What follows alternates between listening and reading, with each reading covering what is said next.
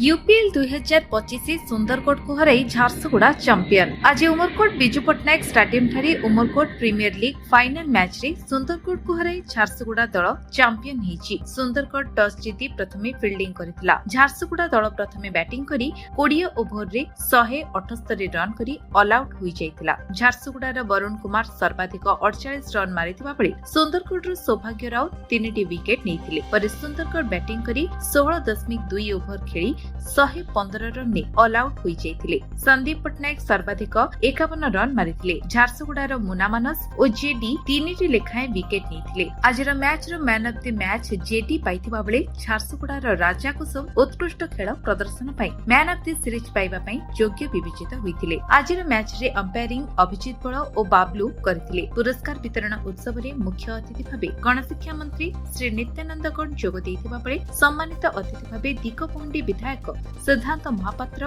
नवरंगपुर विधायक गौरी माझी, झरीगां विधायक नरसिंह पुत्रा, राज्य बीजेपी उपसभापति रमेश चंद्र साहू, यूपीएल अध्यक्ष सुधांशु दास, मंत्री प्रतिनिधि अशोक कुमार पाढ़ी, सांसद प्रतिनिधि राम नायक, शरद चंद्र पाणिग्राही, सलीम राठौर, दुर्गा प्रसाद मल्लिक, प्रशांत साहू, उमरकोट थाना आईआईसी रमाकांत साय, शिवजी पंडा प्रमुख उपस्थित थिले।